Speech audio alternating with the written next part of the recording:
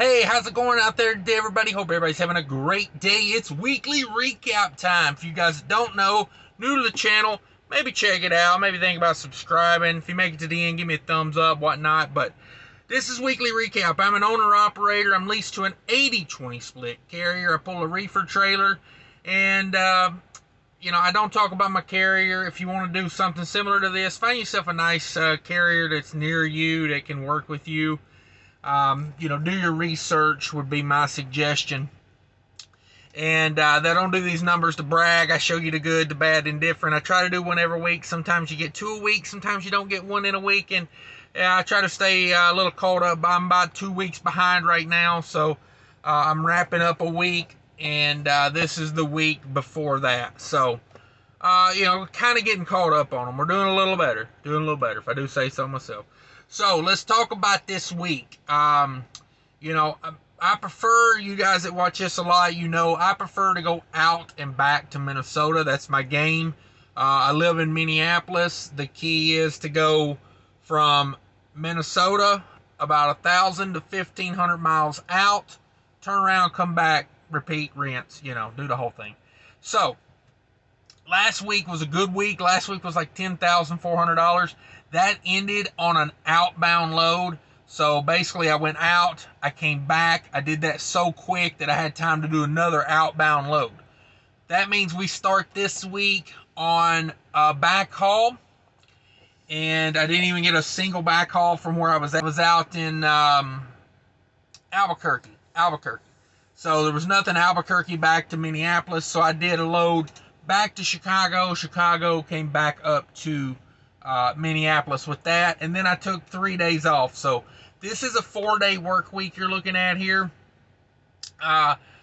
Technically I would call it 3.5, but I did work on 4 days of the week, so I'm not trying to make myself look better. I'll tell you, we'll call it 4 days.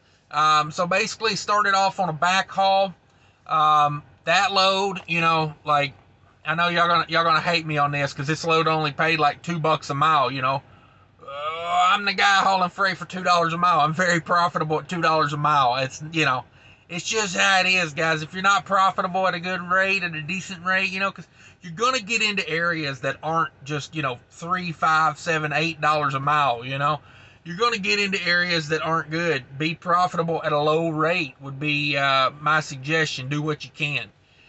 So anyway, this load coming back, it headed 287 miles to get this load. There was nothing in Albuquerque. I'm talking nothing in that area. And I really wasn't trying to go more west or more south. So I kind of limited myself to, loads that were moving north or moving east, to get back to some population areas. So we came over to Amarillo area. We grabbed a load out of Amarillo up to Illinois, up to the Chicago suburbs up there.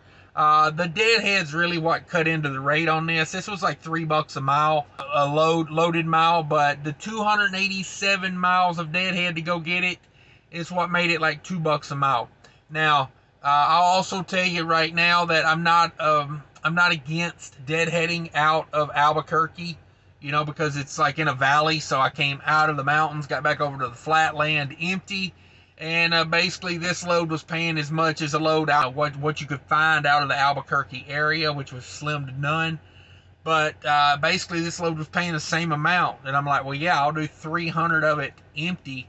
That's a little strategy I like to implement. So that load paid $3,300 on 1,306 all-in miles, 1,119 on the loaded there. Wrap that load up. That was 26 degrees, 41,000 pounds. And then we came up to Chicago. We loaded out of the Chicago area back to Minnesota. This was a rough one, the way they timed these out. I basically got an 8-hour break in, had to do a split shift. I really had to work the logbook to get these 2 loads in the 3.5 days I worked on them. That load was, 26,000 pounds. Boy, my handwriting, I need some work with that handwriting. Negative 10 degree load there. That paid $1,450 on 370 loaded miles. 75 mile deadhead to get that. That was more up toward the Wisconsin area. than in Chicago. But that was my 2 loads for the week. Backhaul, a week of backhaul. $4,750 all in gross revenue on that 4 days. For what it is, I had a banger of a week the week before because I didn't go home. I had a couple good weeks in a row there, so I'm not crying about it. All in miles, 1751 all in miles, 362 of that deadhead. I am not afraid to deadhead. I'm very efficient when it comes to deadheading. And, if a load's paying the same amount 300 miles closer to home, I'm going to drive empty 300 miles to go get it and then go home. It's just, no-brainer to me. But that's $13.89 on a loaded miles. That's 21% deadhead. That's quite a bit of deadhead. That's more than I like. 10% is kind of my round number threshold. It's most guys, most companies, they work on a 10% deadhead. So that's a lot of deadhead. But, hey, we've had weeks where it was like, 3%, 4%. It's all about averages in the owner-operator game. That's 271 all miles.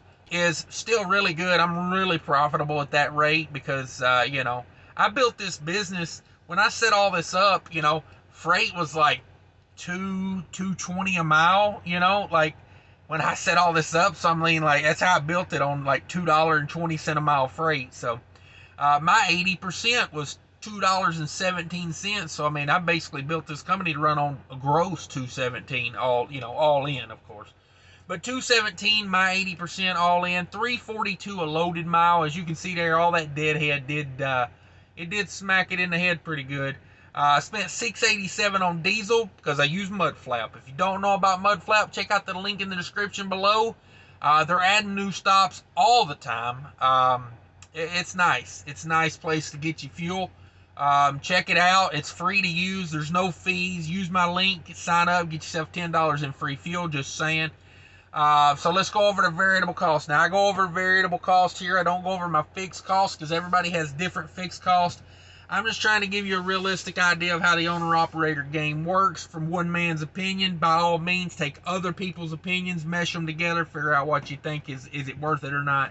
Let me slide over here so I can put some numbers up here for you. I got $6.87 in diesel, $70 in reefer, $85 in tolls, and that's it. That was it for the week. That was my variable expenses. Now, like I said, I don't go over fixed costs because everybody's fixed costs are different. But, that left me a total of $842. Total variable costs. I bring over the $3,800. I think I forgot to mention that earlier. So, $4,750 was my total gross. My 80% was $3,800 of that. So, we bring over my $3,800. We minus the $842, and that leaves me $2,958 to do what I have to do with. And that's how we do weekly recaps, people. If you like that, be sure to sign up. Like I said, we do these every week.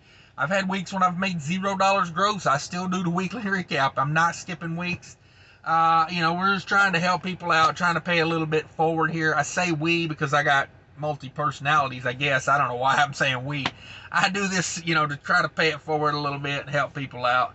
I hope this did help someone. If you think this could help someone be sure to share it with them. I do appreciate that. Building a great community here. I'm really proud of it. Come join me for a live show anytime you can. Those are a lot of fun. We learn a lot. We laugh a lot. Or at least I do. And check out my second channel. I got another channel called Trucking with Diabetes, about type 2 diabetes on the road. We share recipes and news articles and things like that. If you're interested in that, check that out. Link in the description as well. TikTok, Twitter, both in the description. Have a good day, everybody. Take care of each other.